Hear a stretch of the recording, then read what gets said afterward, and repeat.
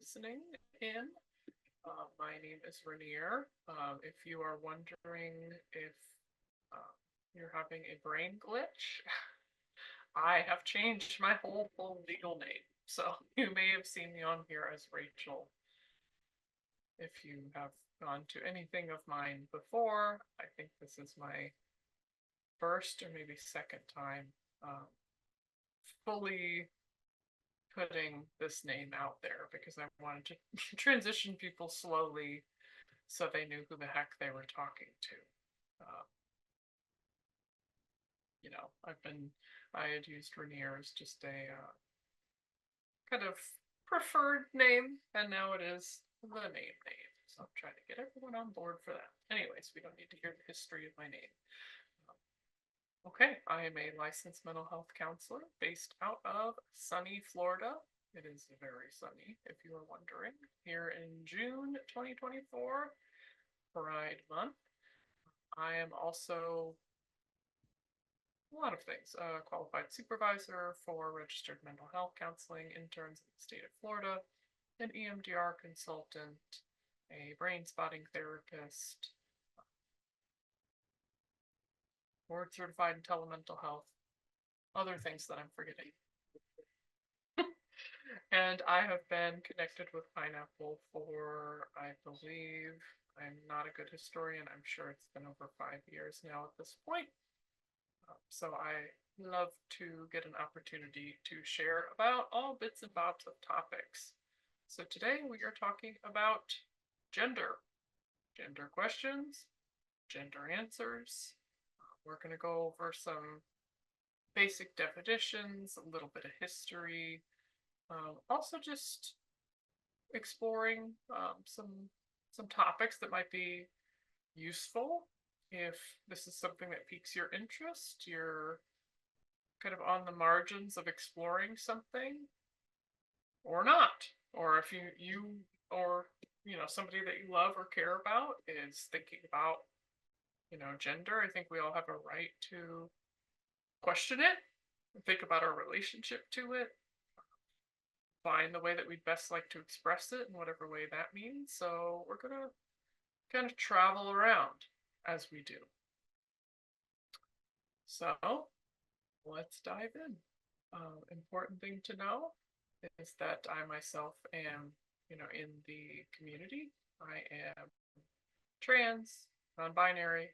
These are my more basic terms. I do identify as agender, which I'm not going to define every single gender identity because I would be here for hours upon hours. Nobody wants to hear that. Agender basically means that it, as much as it's important for me to be referred to in the right way, it's not a thing I think about often. It almost feels like an absence of gender, if that makes sense. That's why I joke with my friends that I'm like, oh, I feel it's kind of like I'm floating around, hanging out. And I use they, them pronouns. So just know, although I'm not an expert or have lived experience of all gendered experiences, I will certainly do my best to bring my personal and professional knowledge to the topics we'll be talking about. Okay, so first, we want to make sure that we differentiate that sexual orientation and gender identity are not the same. However, there's an interesting word, queer, which often people will use that as a catch-all phrase to basically describe the queering of a lifestyle. Whether or not they identify as something other than birth, whether they're as what we call cisgender, that basically means what I was born as and determined, labeled as, works for me, I align with that. So queer can be a term that really anybody in the LGBT community can use. And you'll notice I shortened LGBT. I shortened to that because the amount of times that I'll probably say it, it'll take me much longer to say LGBTQIA2+. I feel like I lost a letter in there too, but that's just my short answer. Just know that I'm using that as kind of a reference term instead of what I fully think the community is with.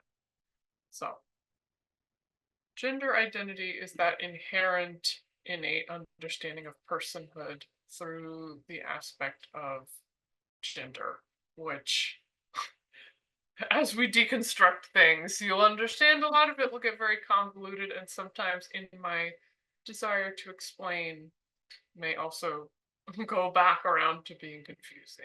So just know that you're not alone. These topics that were offered to us in childhood and adulthood as very simple black and white things have a lot of nuance to them. And you are certainly not expected to be the expert on it. So just as you're listening and thinking, just try to be very graceful with yourself. There's no need to, know all the language, know all the sets of pronouns. I know that sometimes in culture, as it changes, it can feel like we have a pressure. We don't want to do wrong by somebody, and just remember that your intent and course correcting is really some of the best tools that you have. A good heart, good intent, receiving feedback effectively, and being able to course correct in the future is really the tools that you need. So in that innate sense that we have with gender identity, it's more of just what somebody really feels. Maybe they feel a lack of connection to gender. Maybe they feel like people in their lives that are a certain way, that's their brethren. That's where they belong. You'll notice I'm trying not to use so many descriptors of masculine, feminine, although I still think though there's room for those terms. But I don't want it to end up going from deconstructing black and white all the way back to black and white, which again describes the difficulty of this topic here. So sometimes there's just a feeling. You see something, how somebody carries oneself, and you know that that is you. And again, that may correlate to what you were labeled at birth or with something completely different. Now, gender expression, I've kind of almost thought of it in a different way, which is not the traditional defined way that you would find, over at the Trevor Project's website or even the American Psychological Association, places that often have commentary on this. A lot of people don't actually express their innate gender on the outside. That can be because of safety concerns, comfort, sensory needs, access to clothing. So sometimes folks just do not have the funds to fully express what they're seeing on the inside. Some people don't have the desire, or it's just complicated. I'll use myself as an example. You can probably kind of tell that I might be wearing a dress and or tank top. It's got a purple pattern on it. Most people, I think if we did a survey, would say that's more traditionally feminine than not. Although I may have some dissenters out there that are like, no, who knows? It could be anything. And I describe to people, I am wearing things like this because of sensory needs and a desire for color. I love pops of color. It's a lot harder for me to find that in more neutral or even traditionally masculine parts of a store or even online. The types of clothing I wear often has very loose elastic or open, kind of like a dress. And for me, that's a sensory need. Sensory plus color. If I were to express my gender, you would be seeing some sort of like cyberpunk-esque entity, and that would be very different, right? So this is where the desire to change the heart from making assumptions is a great skill set to have, because our brain is going to categorize. And this is where that grace comes in. You might look at somebody and be like, hey, what's that guy doing walking on the street? We have no confirmation that that's a guy. But our brain takes in a couple of secondary sex characteristics, which are, of course, things like chest or lack thereof, where hair might be growing, length of hairs, colors, styles, clothing, etc. We take into account those very quickly. If we hear somebody's voice, we take that into account. Our assumption is made. I don't know if, in this life that we're all living here, that we're going to have brains that are deconstructed from that completely. The point is what we do with our actions. We try to communicate about and to people in ways that offer a level playing field of neutrality, unless agreed upon otherwise. Now, I know that this is mostly about gender, but I would like to do a little nod just here in this Pride Month as I sit in front of the Progress Pride flag, which is it's not the newest iteration that represents intersex folks. It is the previous iteration for that. A little bit about sexual and romantic orientation and style. So important things to know are that folks can have a sexual orientation, as in who they would like to share intimacy with, a romantic orientation, or lack thereof, with who they'd like to share, more specifically, maybe emotional intimacy or space with, and then how they might engage in relationships, relationship anarchy, polyamory, monogamy, ethical non-monogamy, and many iterations beyond. So somebody can have a sexual attraction and say, I am pansexual, which means basically the kind of agreed upon description is I'm pretty much open to everyone. There's not just a class or two of people. Now, there's a lot of rhetoric around pansexuality versus bisexuality. If you are newer to this language, I would not encourage digging deep into that one. There's a lot of nuance in that conversation. And demi-romantic meaning basically I need to know you, understand you, before maybe I'd like to build more of a romantic experience with you. Whatever way that means. I think we're just using romantic in a very traditional sense, and not that we're all hopeless romantics, like that. So a lot of these things can intermingle together. There are also ways that these things influence people's expression of gender. A lot of people feel that someone's neurodivergence can affect their experience of gender.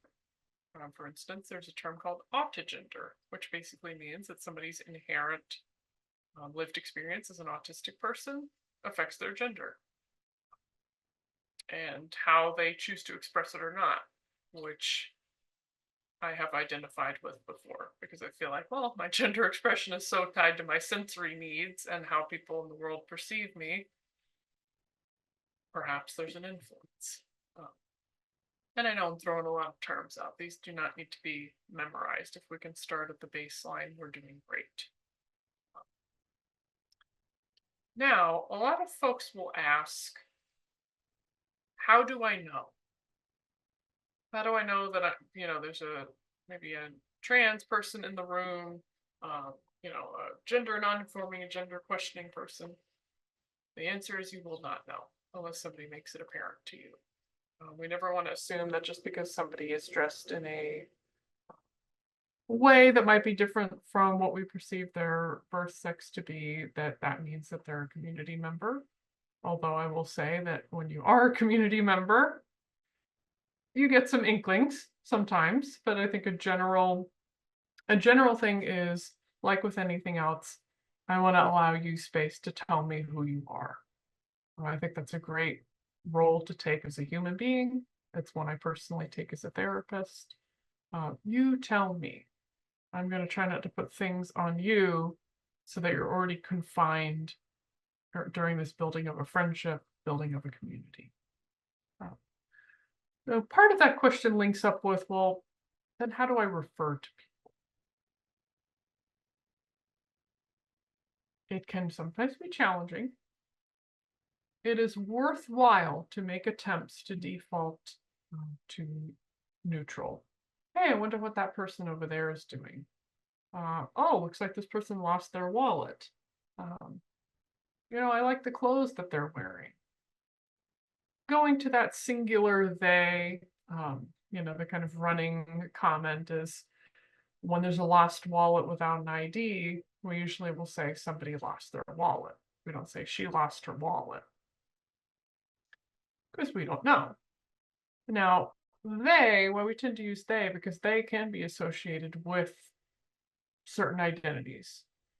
For instance, traditionally, a lot of non-binary people might connect with that pronoun set, though not all.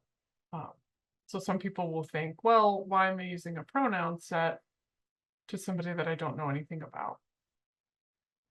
Because it's safe and non-assumptive. Once we know, we can use differently.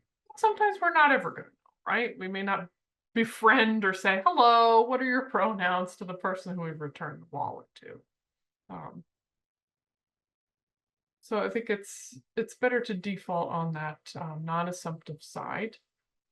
Now, another question set that often goes along with that is, what if somebody doesn't want me to say that? What if somebody is offended?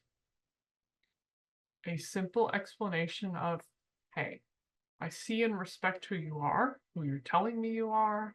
I was using those pronouns and that language to not make assumptions, not because your personhood doesn't matter to me. Because when we come from these traditional gender roles, some people are really want and desire to be seen a certain way.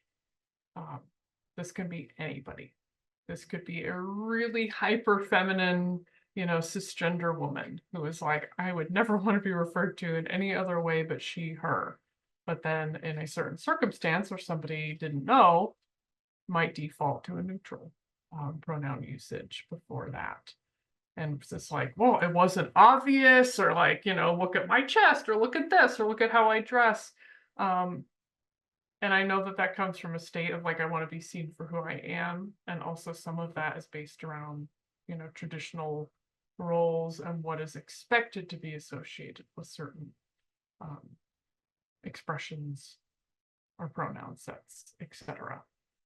So it's just a simple explanation of, I do this with everyone. It is just my due courtesy before I know to not make any assumptions.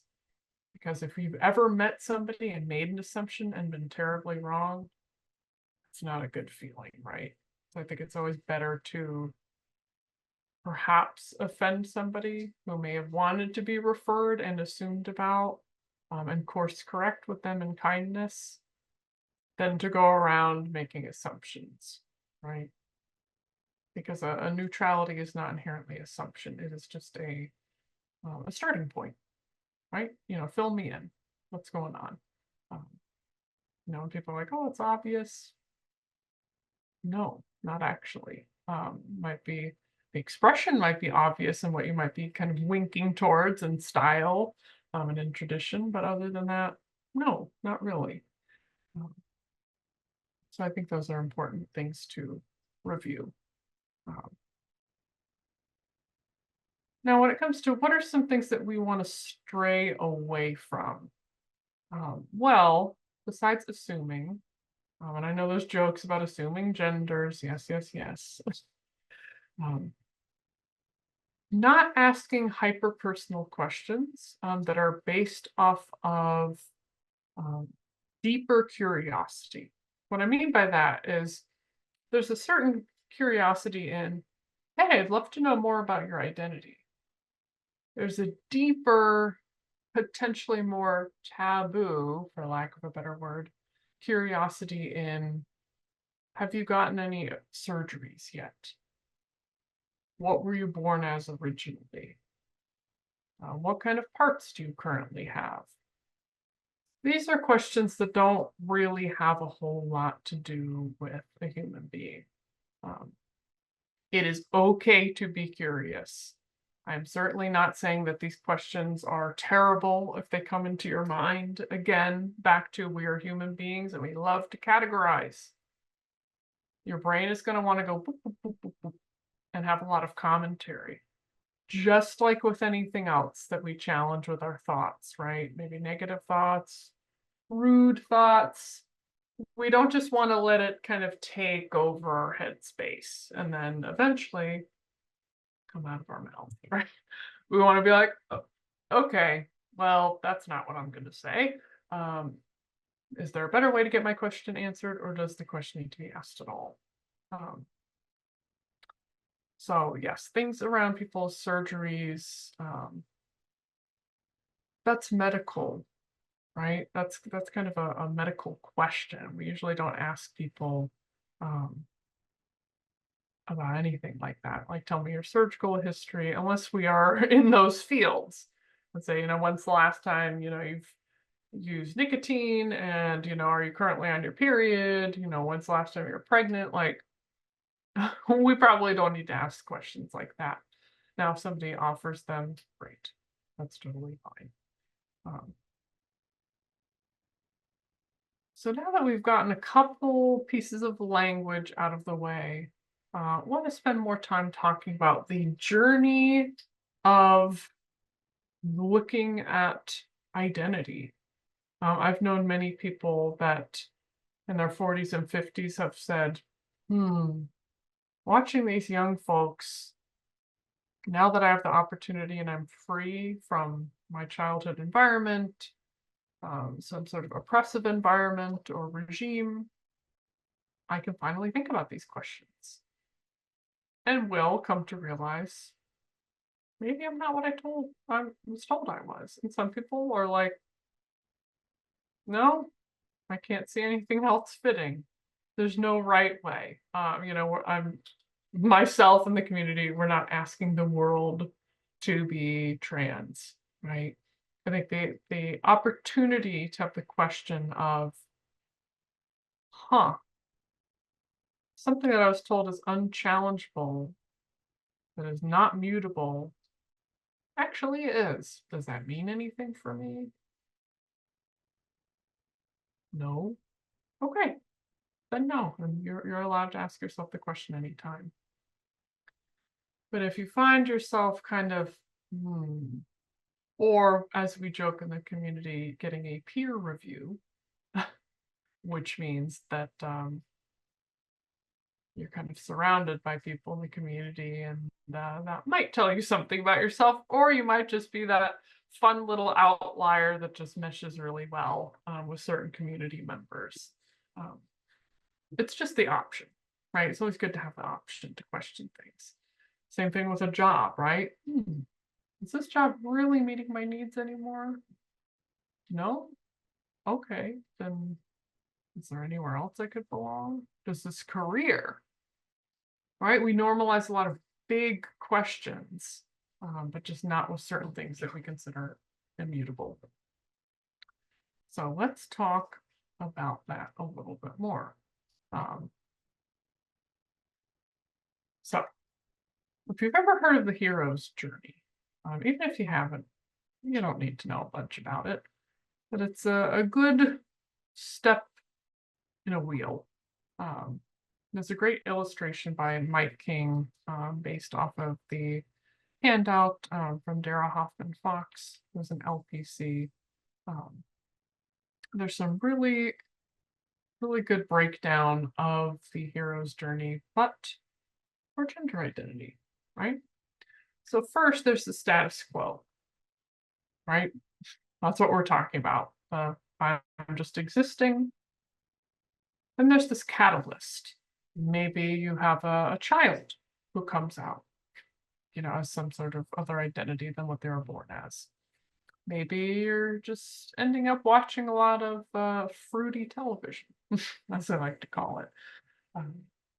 Maybe you happen upon a pride parade. Something puts the question or the community closer to you than you've ever been. Now we might start questioning that identity, which in the hero's journey is called the call to adventure, right? This is in the preparation phase. The first 4 steps are in the preparation phase. Sometimes immediately We can zip right back inwards and go, what? This is crazy. I've never thought about this before. Like, heck, almost confusion, frustration. It makes me think of the denial and the grief process, which again is non-linear. And I'm not saying denial is in, you will definitely come to a conclusion that means you are a part of the community, but more so like the denial of that I'm allowed to ask that question of myself. Let's call that resistance of why discover? Why ask? Now, as we start to transition over from the preparation to the reflection phase, we go into what is in the hero's journey called crossing the threshold.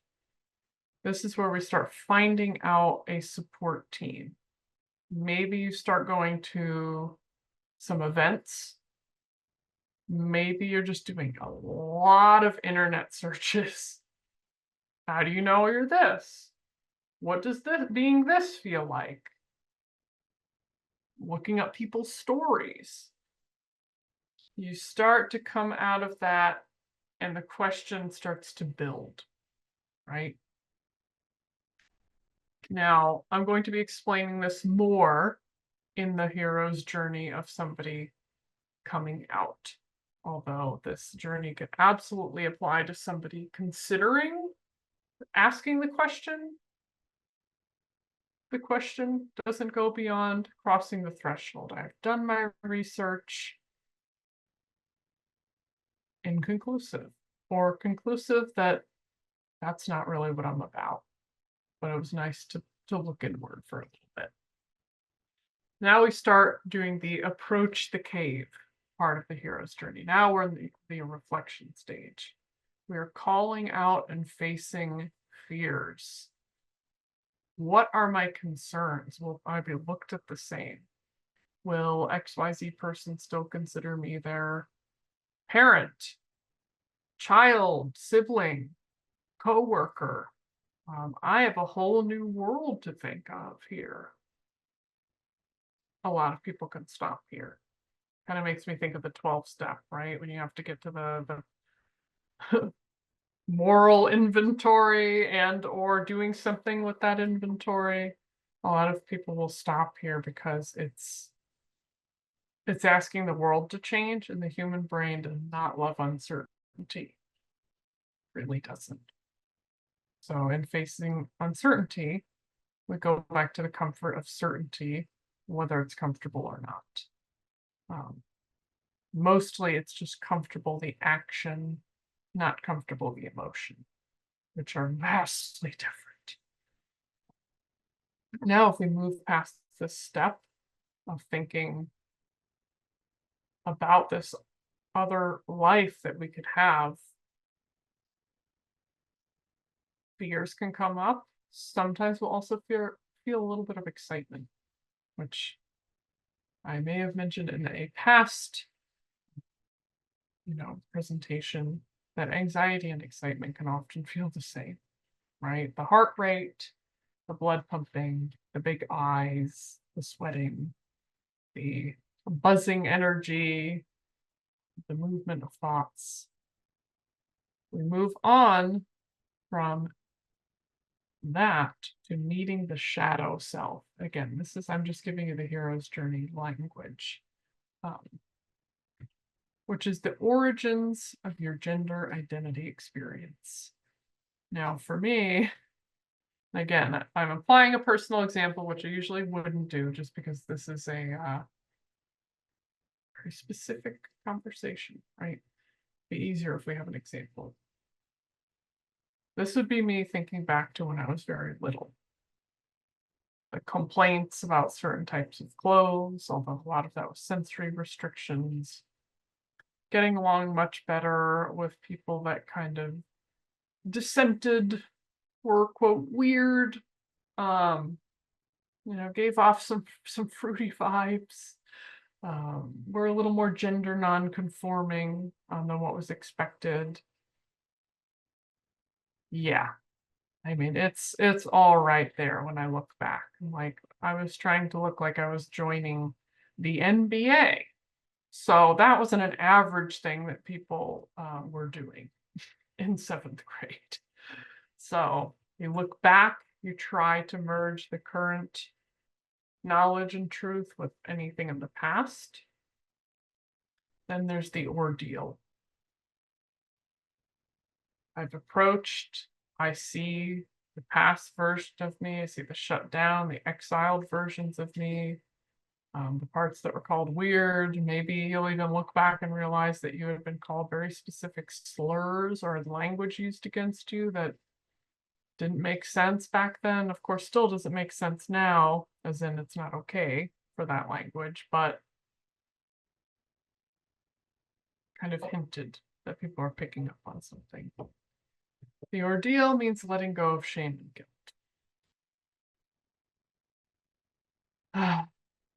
I do that big sigh because it's like that, right? I drop this expectation of me being what people look for me to be, something very easy. If people in my life had it their way, I would look like somebody off of a prairie. I would not have any tattoos, piercings. My hair would not look like this. My glasses wouldn't look like this. My clothes, nothing would look like anything. And we have to face that. We also have to face the times that maybe we did things in secret. We dressed up, or we desired something different. We asked, do I want to be with this person or be with them? All those moments of freakishness. And I use that as in maybe we felt that way, not that it's freakish at all, but where we just felt othered and abandoned. But I don't have language for this, so I can't think about it. Because a lot of us didn't have the language, right? That's why some of us didn't know till later. Like I realized this when I was 22, maybe 21. I don't know. Which I know a lot of kiddos who already know, and they know all the language back to back. So language matters, right? Then we go to dark night of the soul. Now that I've dropped all these facades, I have come clear about my background. I'm going to have to change some of these old beliefs. I'm going to have to realize things, and they're going to have to start trickling out of me to other people. I think of this as the real part of the coming out, is that dark night of the soul, part of the hero's journey, right? And out doesn't always mean proud just yet. We'll get to that more of the explore. Right now, we're still in the reflect part of the hero's journey. Now we move on to the explore part, which is acceptance, known in the hero's journey as resurrection. You are shedding parts of the former self that no longer serve you. You are keeping what you need. You are respecting those parts of you that got you where you needed to go. And this may be when things start becoming a little more visible. Somebody's asking for a change in how you refer to them, and how they look and act, how they carry themselves, how they introduce themselves. Acceptance is not yet celebration. I think of it like very rudimentary terms when it comes to a journey: hatred, tolerance, acceptance, and celebration. We want to get to celebration, right? Because hatred, I don't need to explain. Tolerance is the basically I handle you while you're here. I'm not going to ask you any questions about it. I don't want to know about it. You're my family, you're my friend, so I guess you're all right by me. Acceptance is more, I'm asking a couple questions. I'm a little curious. I'm acknowledging things like Pride Month, your identity. It might be more of our family, friend, chosen family story. Celebration is, I'm not hiding anything unless you ask me to do so. I uplift you And that's where we're getting. Now, our 10th step, still in the explore phase, which is the last phase, is redemption, which is I develop and practice new habits. This is where it starts becoming normal, right? Because it definitely doesn't feel normal when you say, hey, my pronouns are blank, or call me this. And that is your first, second, third, 10th, even 100th time doing that. Sometimes it almost feels like you're saying something that you hope to be the case. And then it eventually is the case, right? So that's where we start those new habits of I'm setting the boundaries and expectations about what I need, who I am, and how I would like to be interfaced with. Then we get to unification, new tools and life choices. Now it's really in there. Maybe this person is now making potentially, although I think any choice can be larger choices. Maybe somebody's doing an aspect of social transition and saying, I'm changing my gender marker. Maybe they're changing their name. Maybe they're going professionally by something else. But none of this has to be. It's an easy nod to things in the social and medical transition because they are large decisions that take a lot of work, money, and exploration. But those don't have to be a part of anyone's story. And we'll get to that too. And the last but not least is, and I get a little chill reading this, new place in an old world. You return to your life having changed. So if you literally imagine a hero's journey, this person is out, alone, sojourning. They are called. They don't want to go. They maybe find some people along the way or not. Maybe they just find people here and there that they don't take with them. They approach, they go inward. There's a climax. They become anew. They come out, and eventually are wrapped within a new community. And that's the hero's journey of gender identity.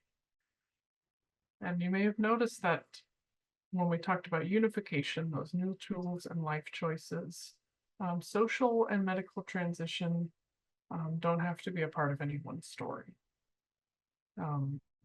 Because not everyone deals with dysphoria, which, going back to the language, dysphoria basically means some sort of discomfort. This can be discomfort in how somebody's body is postured, where they happen to have pads of fat or not, how their hips sway when they walk, face shape, hair, what they're expected to wear, and that's not working for them. It's giving them distress, discomfort, it feels misaligned. Not everyone deals with that. People think, well, how can you be otherwise if you're not? Like, how can you be trans if you don't have dysphoria? Although that is the medical expectation, it doesn't have to be the case. You can make peace with parts of your body, which some people have to do due to access to money and monetary needs. Some people don't really think about parts of their body, or they feel kind of meh, like, I could take you or leave you. You're not causing me just distress, you're just kind of there. Or some people see it as an interesting aspect that adds to their story. That doesn't mean that there's no discomfort at any time. A lot of people can experience discomfort with being referred to by certain pronouns, although many people go by any and all pronouns, and how they're referred to by others is much less important to them than how they refer to themselves internally. So gender euphoria is oftentimes the goal. People feel so aligned, celebrated, comfortable, and seen and heard that it allows their personhood to shine out and beyond that. Which I've definitely noticed with younger generations, that there does seem to be a less of a feeling of I have to pursue certain aspects of transition, and more of my people will know me and they'll know me and I'll know me. I know that was a lot of weird words together. Yes. But it's always good to ask yourself, why do I want to find out the truth? If you are thinking about this question. And I think that's often why there's a question of, do I have any discomfort with my, assigned birth sex? Discomfort doesn't mean dysphoria. It could just mean, it doesn't really have a whole lot to do with me. It's just there. Right. So just when it comes to this, like I said, allow yourself a lot of grace. If you're helping people on their journey, you're on your own, you just wanted to hear about this today. Grace is key. Language is not concrete. It changes. Gosh, you could even go to a different part of the United States. You could go to a different part of Spain, of the Philippines, and somebody could be saying something in a whole different way.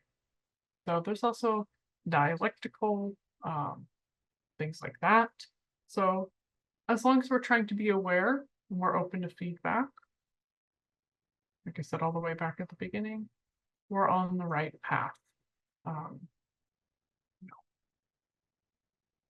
Why I'm harping about all of these different things is because this is so innate, right? We wouldn't want somebody to refer or maybe treat us in a way that really had nothing to do with ourselves. For instance, I'm a therapist. If somebody were interacting with me like I was an accountant, please be for real. If you know anything about me, you know I can hardly do math as much as I'd like to. So if somebody were treating me as an accountant, I'd be very distressed. They were coming up to me saying, can you run my taxes?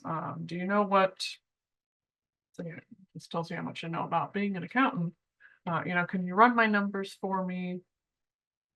I would be so overwhelmed, stressed, distressed. I would be like, what? But you're an accountant. You should know this. I don't know this. Well, you're ineffective. You're bad. Right. So that's why it was something so innate as gender identity, with really a lot of different identities. Though today we're focused on this, we wouldn't want to be interacted with something that just doesn't make sense for us. So if we can think from that perspective of being treated totally different, being expected to do something that really is not in our wheelhouse, hopefully we can spend a little bit of empathy or put that hand out to try to understand this. Even if you're listening and you're like, no, I feel so connected with how I was born. This has nothing to do with me. We don't want to ever apply our perceptions on others. I know it, so you should. I'm like this, so you're like this. No. So, as we start kind of just titrating things down, I always like to just throw out there, there's a lot of great resources out there. Love what Trans Lifeline always has going on, peer support space, which is local to Florida. If you're looking to just be understood, get some questions answered, PFLAG is great. There's a lot of local organizations. The more you look, the more you find. I don't know whomever is listening to this where you might be, so I don't want to throw out a bunch of Florida resources at you, which may be totally unhelpful. And yeah, I hope you got something out of today. This is a topic that we are only scratching the surface on. I wanted to throw a little bit of baseline, a little bit of complexity, a little bit of blending. And yeah, if you ever have any questions about this, you're always welcome to email me. My email is rainierlmhc@pm.me. And happy to answer anything, connect you with local resources to the best of my ability. And that'll do it for today. Let me go ahead and check if anyone has popped in with any questions. Let's see. I don't see anything. So I wish everyone a beautiful, today is Tuesday, wonderful Tuesday, rest of Pride Month. Please stay safe, stay temperate. You know, where you might happen to be cold, depending on where you're at in the world, or like me, it's quite scorching. And just, yeah, thanks for showing up and being open to the topic. It'll mean a lot just generally, even if you're not sure how you could use this information. Promise you, if you were called to this in some way, it's going to come to you in your time of need. So keep being yourself, keep doing research, and I will see you at the next. Okay, take good care, everyone.